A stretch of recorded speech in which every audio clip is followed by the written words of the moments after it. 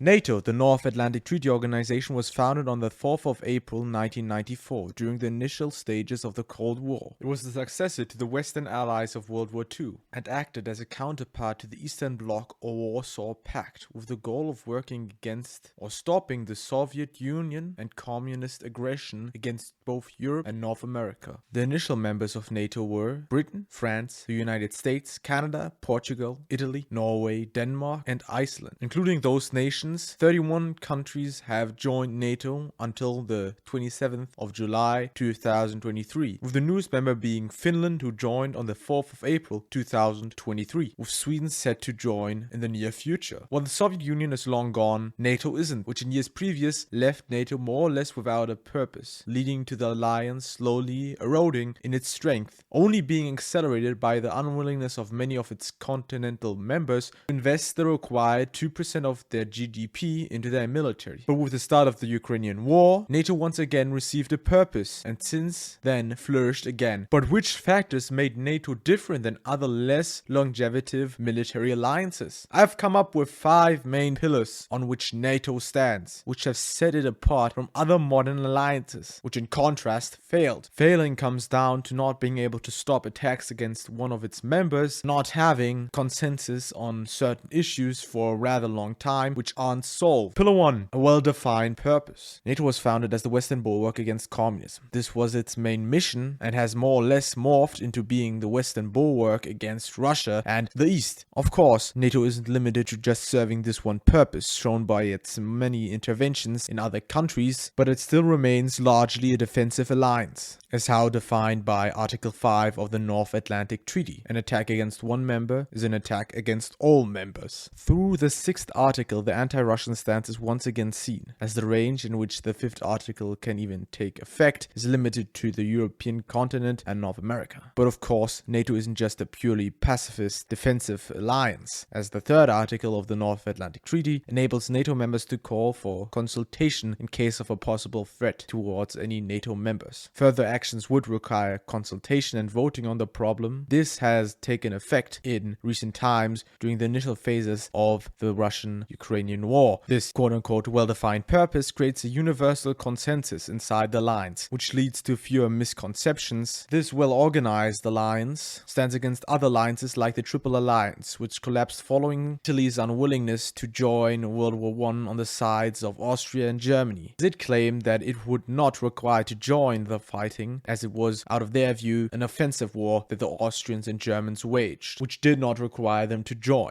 Another comparison with an unsuccessful alliance is the Southeast Asia Treaty Organization, which did have the same intention of limiting the influence of communism. This treaty did not require other members to stand with other members once they were attacked. This, combined with internal fighting, did not allow them to actively pursue their main objective of stopping communism. Lack of such a clause resulted in the member states leaving the alliance and slowly eroding the alliance, which resulted in it being dissolved. Pillar 2. Enforcement capabilities. NATO, through the strength of its members, is able to preemptively stop attacks against one of its members. Whilst in the last 30 years, this was primarily because of the US, it has been for long the global hegemon. Combined strength of the remaining NATO countries like France, England, and Turkey is nothing to scoff at either. This enforcement capability is the primary reason why the 5th article is so effective. If an alliance isn't able to project power onto those that want to threaten one of its members, there's no reason to take the alliance seriously and not attack it. In contrast to NATO, the Tripartite Pact between Germany, Italy, and Japan did not have these enforcement capabilities. Paired with the lack of Pillar 4, geographically limited alliance, failed in preventing war. The declaration of war against Japan. Threat of NATO intervention has, besides the 2001 attacks, resulted in none of the NATO members being attacked from an outside force. Surprisingly, this is not the case with other alliances, such as the CSTO or the Collective Security Treaty Organization, NATO's retarded cousin, which has not been able to stop both internal and external wars against its members, which resulted in it failing. The CSTO was not able to stop attacks against Armenia from Azerbaijan. With no further repercussions against Azerbaijan, it failed. Further, the CSTO failed to stop internal alliance conflicts, as seen by the 2022 border clashes between Kyrgyzstan and Tajikistan. Pillar 3. Equal participation in defense. Every NATO member has to, at least in theory, contribute equally to the alliance. alliance. First, through Article 5, which requires every nation to bear arms against a possible aggressor. Further, to ensure the alliance is in peak condition, every nation should aim to hit 2% of its GDP invested into its military. This pillar, as previously mentioned, has slowly been deteriorated, as most nations, besides the US and a few others, have cut down on military funding and are now under the 2% mark. But following the Ukraine war, many nations have once again realized that war could be a distinct possibility and that they should invest into their militaries. Pillar 4, geographically limited alliance. NATO, in contrast to alliances like NATO, is limited to Europe and North America. This is defined by the 6th article of the North Atlantic Treaty Organization, which states that 5th article can basically only come into effect in Europe, North Africa, Turkey, and NATO territories above the Tropic of Cancer. Further, new members are limited to North America and Europe. This is basically all because states, even those in North America, have one thing in common. They are in close proximity or border Russia or one of its puppet states, like Belarus. Pillar 5, similar values. One major reason that NATO has been so stable is the broader belief in democratic values like freedom of movement, speech, and press, and democratic ideals in general. What's of course, there are some exceptions, like Turkey on occasion will slip up, but even Turkey is miles ahead of its eastern neighbors. This once again stands against more diverse alliances like NATO, CENTO, or the CSTO. This ideological unity allows NATO to focus more on external problems rather than bickering over internal affairs. Thank you for watching the video. This has been a rather short one in comparison to the last ones, which have been all 10 minutes plus, but I hope you enjoyed it nonetheless. I won't be able to make a video for the next 3 weeks, maybe 2 weeks. I have to look into it,